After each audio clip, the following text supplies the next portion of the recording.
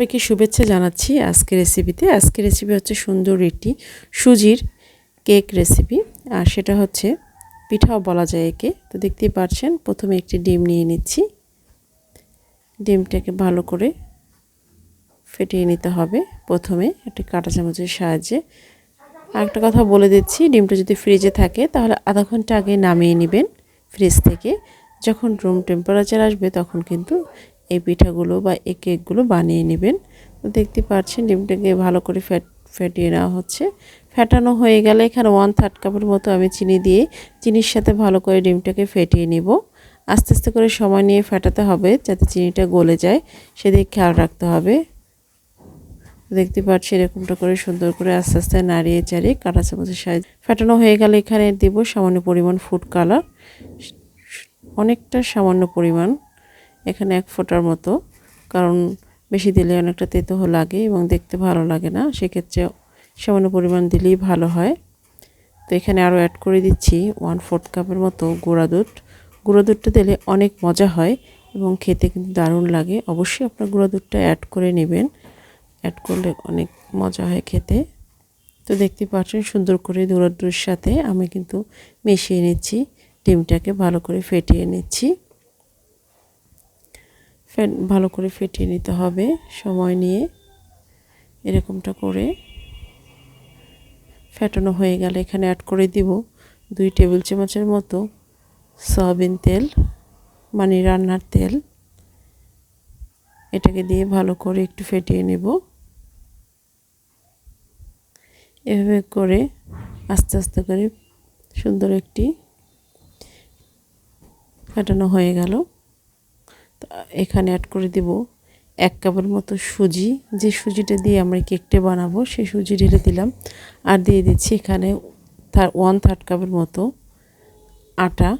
আর দিয়ে দিচ্ছি এখানে এক চা চামচের মতো বেকিং পাউডার। আর দিয়েছি এখানে এলাচ গুঁড়া, জাস্ট সুঘ্রাণের জন্য।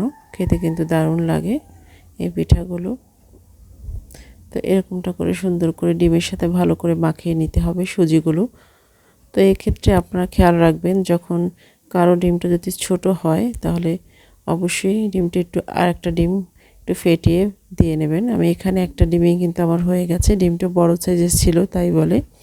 ডিমটা ছোট সাইজ হলে কিন্তু অবশ্যই ডিমের পরিমাণ কম হয়ে যাবে, সুজি পরিমাণ বেশি হবে, সেক্ষেত্রে আপনারা ডিমটা বাড়িয়ে নেবেন। তো দেখতে পাচ্ছেন এরকমটা করে সুন্দর করে আমি কিন্তু এগুলোকে সুন্দর করে মাখিয়ে নিচ্ছি। একটি ডো তৈরি করে নিতে হবে। তো তৈরি করার সময় অনেক হাতে লেগে আসে, সেক্ষেত্রে হাতের তেল মেখে নিলেও নিতে পারেন। তো দেখতে পাচ্ছেন হয়ে গেছে মাখানো। তো হাতে একটু তেল মেখে নিয়েছি। তেল মেখে নিয়ে এটা যদি আপনারা রেস্টে দেন তাহলে 5 মিনিটের জন্য রেস্টে রেখে দিতে পারেন। সেক্ষেত্রে সুন্দর একটি শক্ত হয়ে যায় ডোগুলো, সুন্দর করে বানিয়ে নেওয়া যায় এভাবে করে।